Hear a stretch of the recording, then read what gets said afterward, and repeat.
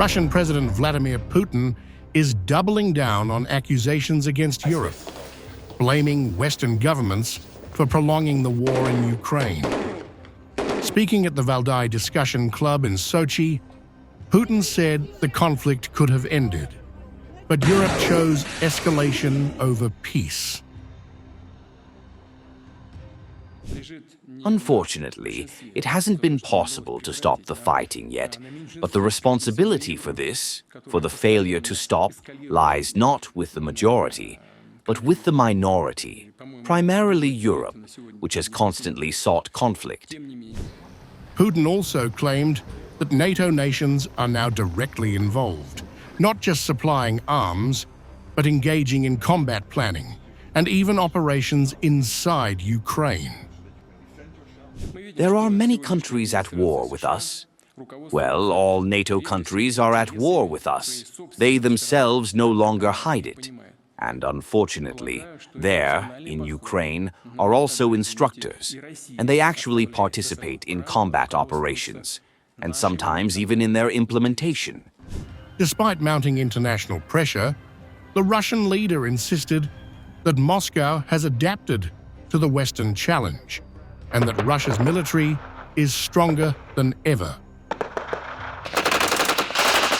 I'm not exaggerating. This isn't hyperbole, it's not exaggeration. You know, it's not bragging. I think the Russian army is the most combat-ready army today. Meanwhile, in Copenhagen, French President Emmanuel Macron warned that Europe is facing what he called a permanent confrontation with Russia, pointing to a range of hybrid threats, cyber attacks, disinformation, and aerial incursions.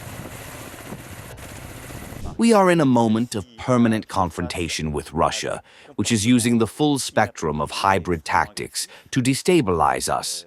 From drones to aircraft entering our airspace, to cyber attacks and information warfare. Macron also unveiled the EU's 19th sanctions package, targeting Russia's shadow fleet of oil tankers, a key funding source for the Kremlin's war effort. In order to achieve peace, because that is our objective, we want to increase pressure on Russia to convince it to return to the negotiating table. In Berlin, German Chancellor Friedrich Merz stopped short of saying Europe was at war, but warned that peace, as it once was, is gone. Merz cited near-daily sabotage, espionage, and cyber attacks across Europe, urging greater vigilance and economic resilience. This comes days after he had said that Germany is already in a state of conflict with Russia, but took a U-turn days later after a sharp rebuke from Russian Foreign Minister Sergei Lavrov. We are not at war, but we are no longer at peace. The threat is real.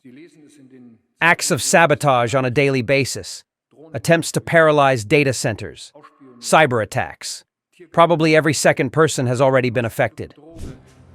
From Sochi to Brussels, the war of words is intensifying. But it's the West that keeps redrawing the battlefield.